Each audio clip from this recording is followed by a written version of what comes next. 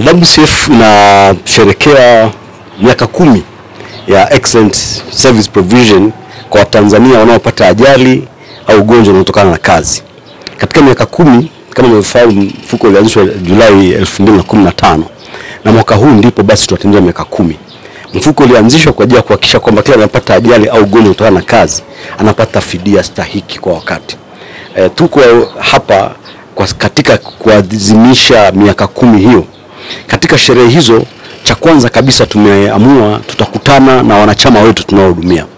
Tumekuja Geita kuja kuonana na wanachama wetu. Wanachama wetu lakini waajiri wetu, watu waliopata madhara kutokana na ajali zinazotokana na kazi. Tumekuwa hapa Geita kwa muda wa siku 3 sasa. Hii ni kliniki mojawapo ambazo tutazifanya katika mikoa mbalimbali hapa nchini. Wito wetu hasa mkubwa ni kuweza kuonana na wananchi, kuweza kuonana na wafanyakazi wa Tanzania, kuambia kuhusu WCF, kuwasikia kwamba WCF umefanyia nini katika miaka 10 hii. Kuna yale mazuri ambayo tumeyafanya, lakini pia kuwasikiliza wapi ambapo wanataka tuweze kuongeza juhudi zaidi, kufanya maboresho zaidi katika kuwahudumia. Lakini kuna vitu vingine ambavyo pengine hatujaanza kuvifanya. Kwa hiyo waajiri pia tumeongea nao, tumeweza kuongea na waajiri wakubwa. Kwa hapa Geita tumeona na mgodi mkubwa kabisa hapa Tanzania, Geita Gold Mine. Tunakutana na management, tunakutana na wakandarasi walipo katika mgodi wa Geita Gold Mine, tunakutana na wafanyakazi wote, tumeongea nao. Na message yetu kubwa kwao ni kwamba WCF tuko pale kwa ajili ya kuhakikisha kwamba tunawalipa fidia stahiki wakati. Lakini wito wetu siku zote tumekuwa si kulinda nguvu kazi ya taifa, si kulipa fidia peke yake, bali ni kushirikiana na taasisi ni mamlaka ya kuzuia ajali, kuhakikisha kwamba tunafanya promotion, tunahamasisha uzuiaji wa ajali sehemu za kazi. Kwa hiyo tukizuia mtu kuumia, then tutakuwa tumelinda nguvu kazi ya taifa.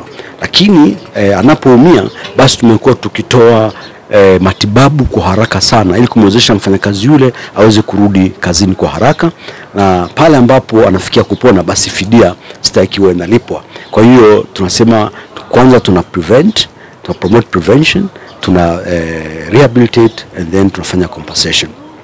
Kwa hiyo katika kilele hiki, hii ni mwanzo wa hamasa shamra hizi, na baada ya hapa tutakwenda mikoa mingine. Nitoe wito kwa watu wa Geita, wafanyakazi ambao bado hawajafika kwenye mabanda yetu katika soko la dhahabu, katika viwanja vya soko la dhahabu, wafike kuja kuona madai yao yanaendeleaje, kuja kupata ufafanuzi zaidi, lakini hata wafanyakazi wengine kuweza kujua huduma zinazotolewa na mfuko wa fidia kwa wafanyakazi.